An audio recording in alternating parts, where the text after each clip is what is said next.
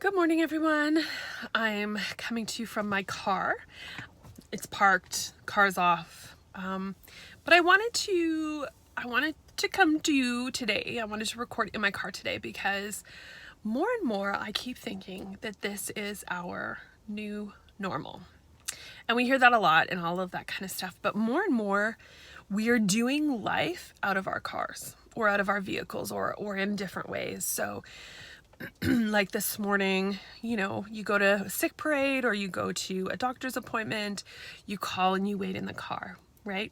So I just thought how apropos that I come to you from inside the car. We're shopping from our cars, we're, all sorts of different things. So people are bringing our deliveries to us in their cars. So anyway, here we are. But I've been thinking a lot about you all. As we've gone back to school and as, your kids have started back and in anticipation of the second wave.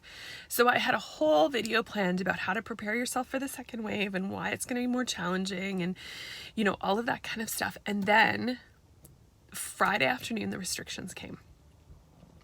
And all of a sudden we were orange, we ramped up our masks, all of that kind of stuff. And throughout the weekend, I thought it was very interesting because, that came down Friday afternoon about 3:30, the official word from the wing commander and that sort of thing. And then by Monday, everything was just implemented. And people knew exactly what they needed to do for the most part.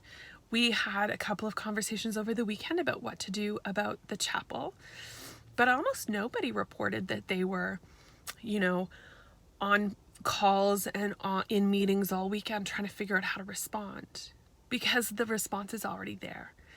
And the purpose of this whole Facebook page is to talk about resilience and to help you build resiliency. So I want you to just see that resiliency is a skill that you can build. And we talk about resiliency as the ability to, expand in a crisis and then normalize. And when we talk about normalize, it means like your stress level normalizes, the immediate crisis passes quickly and all of that. So I remember back in March, it took us a long time. It took us weeks to figure out how to wear masks. It took us weeks to figure out what masks we should wear.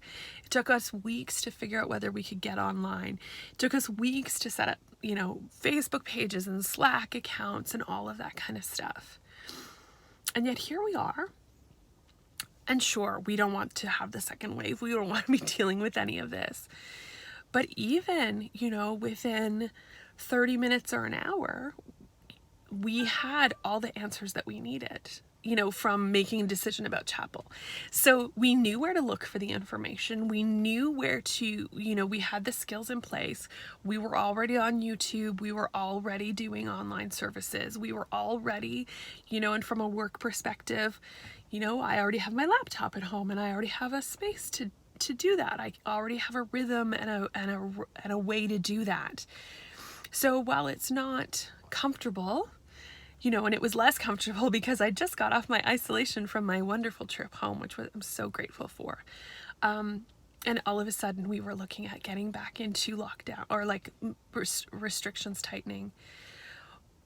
But I think some of the key points here are the speed at which we reacted and responded to that new situation. And I noticed that, we're all sort of rolling our eyes about like, the masks, am I right? Like masks all the time, am I right? But we all have masks. Nobody had to scramble to get masks. Nobody had to, all that kind of stuff. And I think that's important with resiliency because the second time you do things, the skills are already in place. And the third time you do things and the fourth time. And so this is where we're talking about building this muscle. And so in a very practical sense, we have seen that even quite quickly, we as a community have built a resiliency with regards to this COVID situation. And so when the government said orange, we knew exactly what that meant. When the chief of defense staff and the wing commander say tighten up 10, we look for the key points, we absorb those, and on we go. And it becomes normal pretty quickly.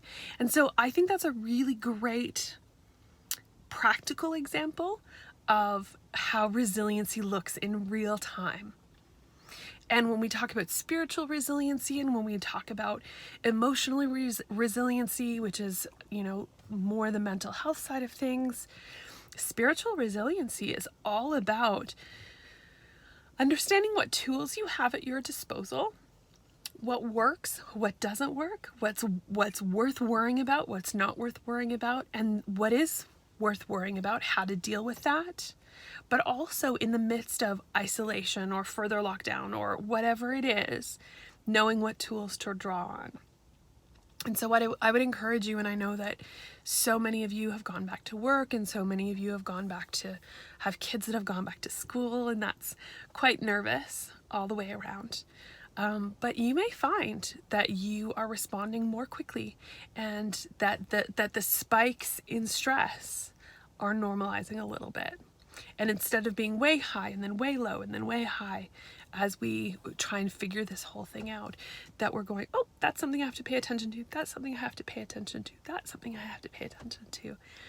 And that's how we build resiliency, because it allows us to expand our capacity to respond to things and to grow in our ability to know how to respond and how to get back to a somewhat functional, somewhat normal state of being with our stress levels, and with our with our spiritual well-being, and with the peace in our hearts. So I hope that encourages you today, and I hope that we don't have to revisit total lockdown. I hope we don't have to use any of those isolation skills, but if we do, I have seen you all respond beautifully. And it's not a problem to be frustrated. It's not a problem to be uncertain. It's not a problem to just be a little agitated about it. But in the middle of all of those things, we have the skills we need. And so I would encourage you to stay strong and keep investing in your spiritual resiliency. And as always, if you need anything, give the chaplain team a call, and we would be happy to talk to you about that sort of thing. So I look forward to talking to you soon. Hopefully it's not with thoughts on lockdown, but have a great Wednesday.